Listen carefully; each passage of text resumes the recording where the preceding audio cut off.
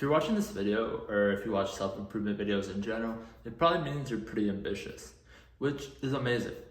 But if you're anything like me, it's easy for you to have big, ambitious goals, but also just as easy for you to be lazy and fall off these goals. But one thing that I just switched my mindset on and really helped me to realizing that habits are greater than motivation. It's so easy to have big, ambitious goals like, oh, I want to get that dream job. I want to move to a new big city. I want to travel the world. I want to be in a relationship. Whatever it is. But I know for me, like I would have these ideas and goals, and then, the first few days would be easy. I had my motivation. I'd start working towards it, make a plan, start doing the small things to try to get to it. But quickly that motivation would run out, and then I'd be back to square one because I'd be lazy. But that's why you have to build habits rather than just relying on motivation. One way I like to look at this is like if you were about to take a big test, what habits would relate to would be all the stuff that you've studied, the study guides you've gone through, the extra homework problems you've been working on, the study groups you've been a part of. That way on the test, when you see those problems pop up,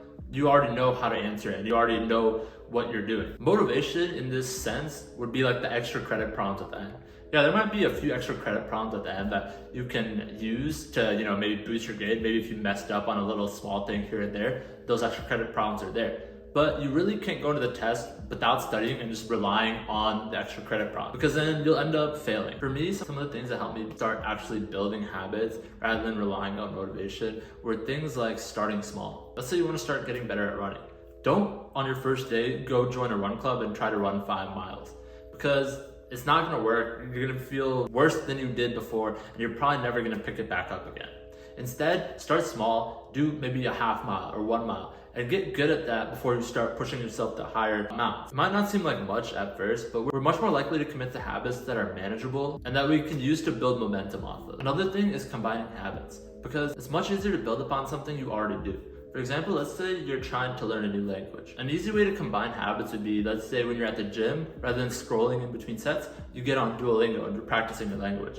Or let's say you like to watch TV with dinner, watching your favorite shows in the language you're trying to learn. Much easier to stick to things when it just fits seamlessly already into your lifestyle. Another thing that really helped me is just to reevaluate. If something's not serving you, it's probably best to reevaluate it and probably get rid of it and replace it with things that actually do serve you. At the end of the day, failure is not the end of the world, and it actually serves as a great learning tool for future success.